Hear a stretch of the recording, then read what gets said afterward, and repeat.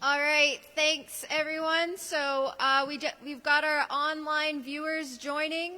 We're just getting our first presentation lined up. The first presentation will be the results from the COVID community study. So this study has gone on for the past about 3 years. And we have some initial findings that we are going to share with you guys. And alongside that presentation will be an interactive activity. So as I'm sharing the results, there will be opportunities for you to provide feedback and input into the interpretation of the results. So often, when we are doing analysis, so looking at the data, these discussions happen among researchers, among people who are analyzing the data and viewing the data. But today we're going to ask some of those interpretation questions to you all to give you a voice in the analysis of these results, as well as what we want to look at further. So for our COVID community participants, you all provided a lot of different information that can help us in informing future pandemic responses and really help support future direction. Because we have so much data available for that, there's a lot of different answers that we can find from a variety of different questions. So today I'm presenting our initial look at the data, where we start to look at what are the findings and why do we think that we're seeing what we're seeing? What kind of recommendations can we take out of these findings? So that's going to be part of our activity today. We're just waiting for the first video to be shown to give people who are not a part of the study an understanding of what was done in the COVID community study. While we're trying to get that sorted, I'll share a bit about our study team. So with the COVID community study, it was one of the first times where Six Nations was the site lead for a First Nations cohort with the Population Health Research Institute, which was a partnership that we had. So often our site leads in these kinds of studies are university professors, principal investigators with the university. In this case, I was the site lead for Six Nations, and we also really prioritized hiring people from in-community because we knew that we really needed people to understand the community context. We needed people to understand how to interact with community and what kind of experiences that may have had in research in the past to really build a relationship. So we didn't want people who were not connected to the community coming in, help supporting the research, and then kind of continuing off with their studies and going outside of the community. So most of our COVID community study team you will now see in other research projects and will be presenting later on today. Tristan Bomberry over here started with me as a research assistant, and today he is now our data specialist intern completing his master's in health research methodology. Throughout that study, I saw him grow. Yeah, good job. So throughout that study, he started as a research assistant and grew to a senior research assistant and gained skills, and I'm very pleased to have Tristan with me today. Another one, Maggie Powlis, our data specialist trainee.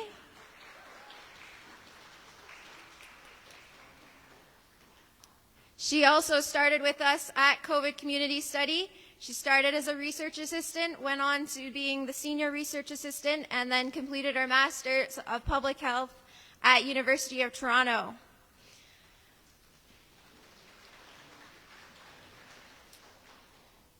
and you will get to know all of the people a part of COVID Community Study.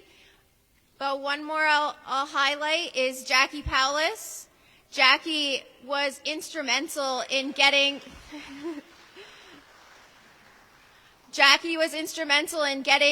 the research, the COVID community research, from an idea to implementation. She started as our senior research assistant, and today she will be presenting a completely community-driven research project that she is the project manager of. So I am very pleased to see the progression that our research assistants have had over the course of these 3 years. It is amazing to see their growth. It is amazing to see the growth of that team.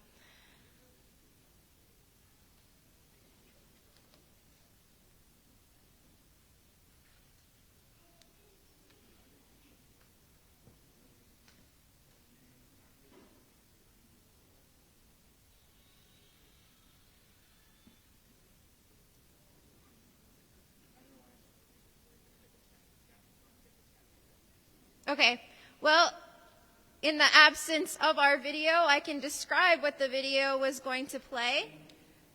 So what is the COVID Community Study?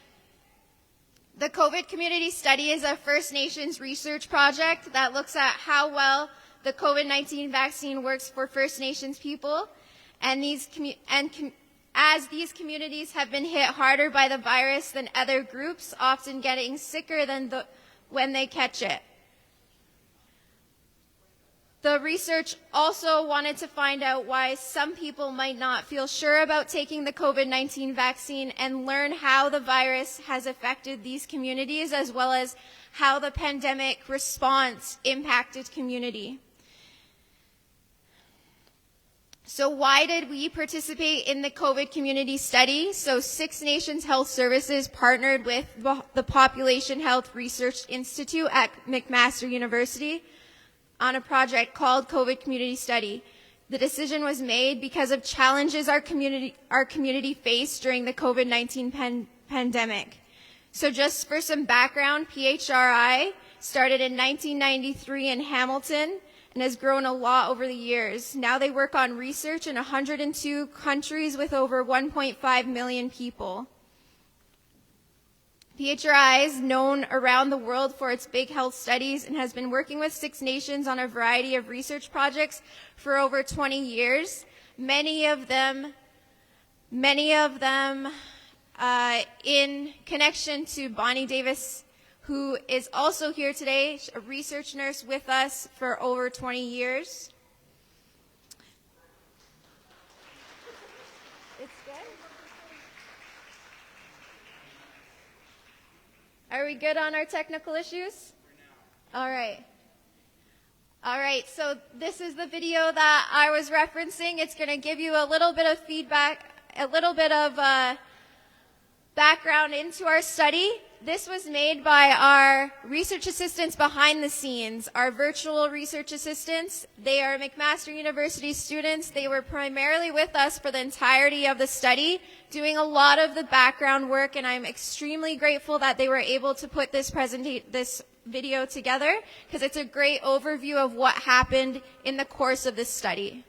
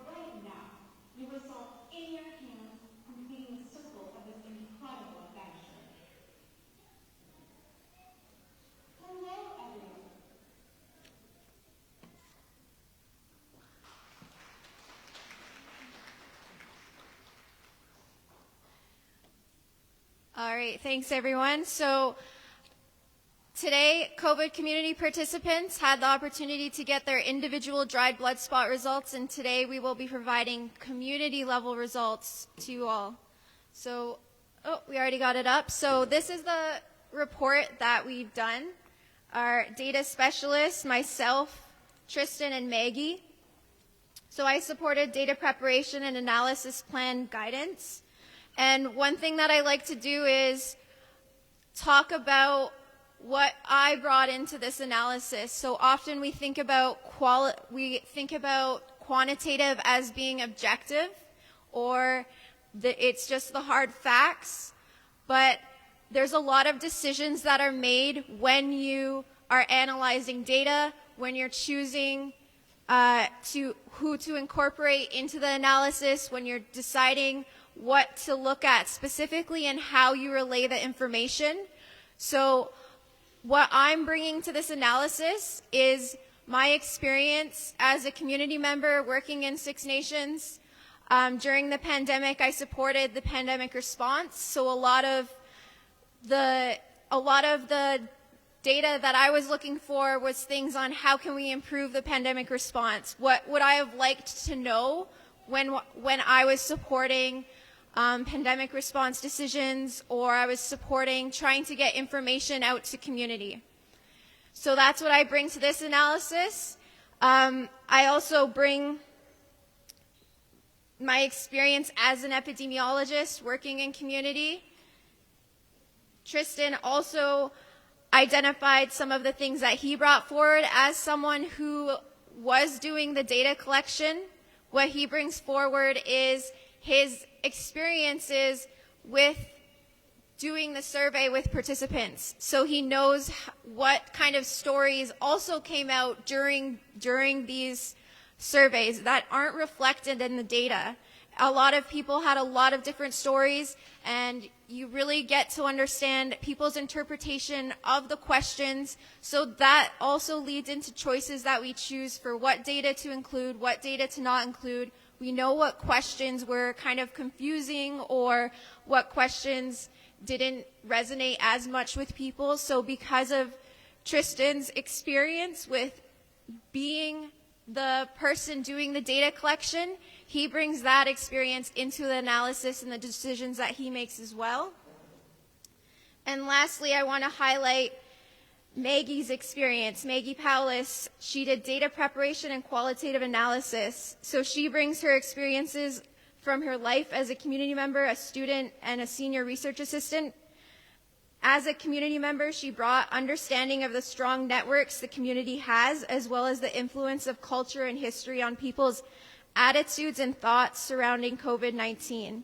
She was taught through her family to have empathy and understanding for those with different opinions to yours. As an RA, she comes with similar experiences working to recruit and connect with participants. This helped her. She feels that helped her to better analyze the data, knowing that there is nuance that was not captured through survey questions, and to be able to make better decisions about how to best work with the information provided in a way that holds true to participants' realities. So we're sharing that with you all today because we are humans, we are people with experiences, and as we analyze the data, we try to be as unbiased as possible, but we do have our own experiences that we bring into analysis. So I'm going to have Tristan come up to first talk about, backtrack. The next slide will have our slides and our Menti activity. So if you are on your phone, you can go on the link, or you can scan the QR code, and you can join in the interactive activities and the prompts that we share. If you don't want to join on your phone, then there's Post-it notes, I believe, on your tables, and you can write in your response. Anyone who engages, anyone who's here to listen to this presentation will also receive a raffle ticket to increase your chances. Do we have that lined up? Next slide. The clicker. I have a clicker. Okay, there's the QR code. If you go to join@menti.com and you use that code, 371192220, you will be able to follow along with the presentation. You'll be able to see it on your phone and see the prompts and write in as we go.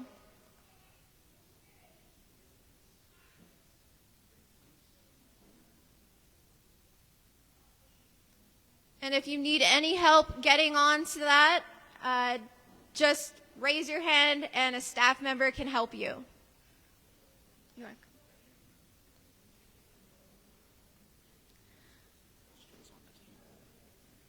Okay, so one of the first questions that we have when we're looking at the data is who participated. So Tristan's going to take you through what our participants look like for the surveys as well as the interviews. Awesome. Hi, everyone. I know it might be a little hard to read on the screen, but we are going to have a bit of a sign-up sheet where you can put your name or address, and we'll mail you a booklet. So please don't be afraid if you can't see all of it. There will be a way to get a package to you if you would like to do so. So when we look at who participated in the study, so overall we had 746 participants. And that is a really good number. When we're doing research on Six Nations, normally we don't get, nowhere close to that number. So that just really shows how you all were able to come together and sort of help the community and graciously give us your data so that we can do things with it. And as you know, for those who participated in the study, there were sort of two prongs to it. So you had your first prong, where you did your first blood spot and answered those, numerous surveys. And then you had the second blood spot where we sort of did a follow-up, which was done about 1 to 6 months later. And we had 64% of people complete the second DBS, which is, again, such a tremendous number, and we can't thank you all enough for that. So when looking at sort of the sex distribution of who participated, we had about 70% of people identifying as female, which, is sort of average in the studies that we see here. Generally, there is a lot more women who participate than men, and as we sort of work through this Menti opportunity, we'll get some feedback from you all of how maybe we can increase male enrollment in the study. And as we look at different ages, the ages were actually spread out extremely well between youth and, people who are like 18 to 30, and then even people who are over 70 years old. So it's great to see that we were able to reach such a wide array of people. We have Jane. She's over there waving. She worked tremendously hard every single day as our community engagement coordinator. So awesome job, Jane.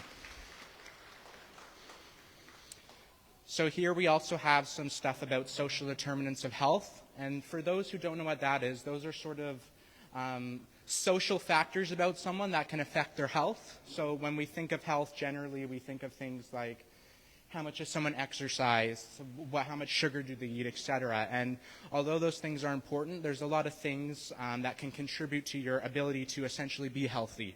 This might be your ability to access clean drinking water, safe foods, stable health